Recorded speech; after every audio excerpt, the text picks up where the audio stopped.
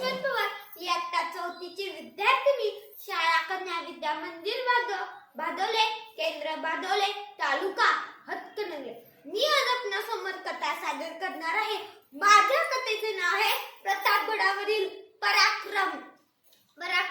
लोककल्याणकारी रयतेचे राज्य स्थापून शिवकल्याणकारी राजा शुभा छत्रपती झाला. पण त्याच वेळी विजापूरच्या शाही दरबारात बडी देवसाहेबाच्या काळजात कल्लोळ उठला. बडी देवसाहेबा भर दरबारात कडाडली. सांगा कोण तयार आहे शिवाजीचा बंदोबस्त करायला? कोण पकड केला गौ शिवाजी को?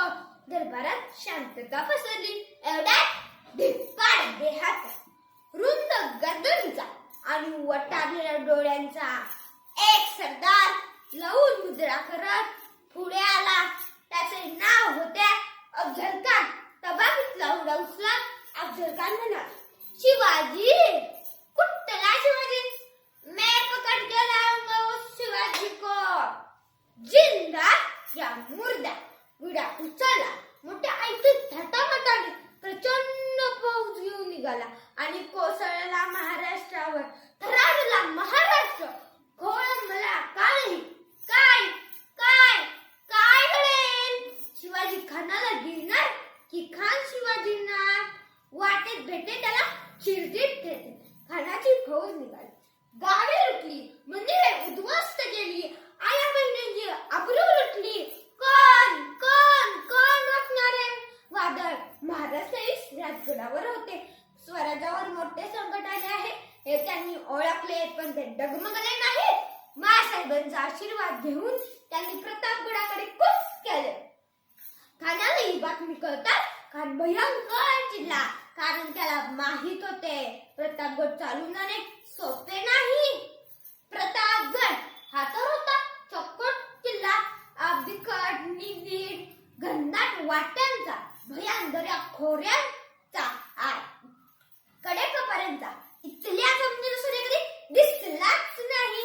प्रकाशाची तर बातच सोडा, रात्रीचा तर सवालच नाही. महाराजांनी जहरी आणि गहरी चाल टाकली. खान वैतागला, संतापला. खान वाई पोचल्या शिवरायांना सक्त जमांचा खलिता पाठवला.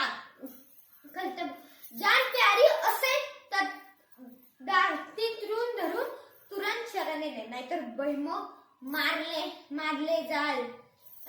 महाराजांनी खानाचा निरोप ऐकून प्रेमपणाचे सॉंग काढून प्रत्युत्तर पाठवले. खान साहेब, तुम्ही आमच्या पित्यासारखा, मला क्षमा करा. आज तुम्हीच प्रतापगडाकडे यावे. मला तिकडे येण्याची भीती वाटते. खान महाराजांचा निरोप ऐकून दाढी कुरवाळत म्हणाला, खुशी, बहुत खुशी. त्याला वाटले या अफझल खानापुढे शिवाजीची काय बिजा? हा डरपोक माझ्याशी कसली लढाई करणार? आपणच जावे व भेटीत त्याला चिरडून टाकावे. बस. खान शिवरायांना प्रतापगडाखाली भेटण्यास तयार केला.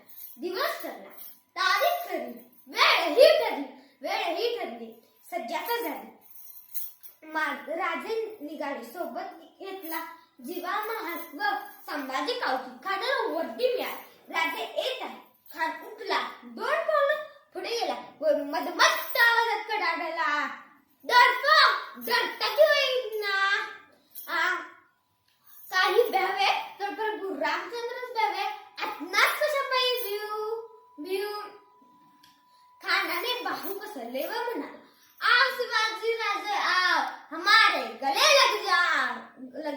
महाराज सावध होऊन पुढे गेले. खानाने आलिंगन दिले. शिवरायांची मान आपल्या डाव्या करली व दुसऱ्या हाताने शिवरायांच्या अंगावर कटारीचा वार केला. शिवरायांच्या अंगावरील अंगठा तडकन पडला. चिलकत असल्यामुळे ते बचावले. शिवरायाने अत्यंत चपळाईने खानाच्या पोटावर वाघनखेचा मारा केला व उजव्या स्थितीत लपवलेला बिचवा डाव्या हाताने काढून खानाच्या खसखस पोटात खुपसला. खानाची आतडी बाहेर आली. दगा म्हणत कान कोसळला. तो आला नव्हता, त्याला आणला होता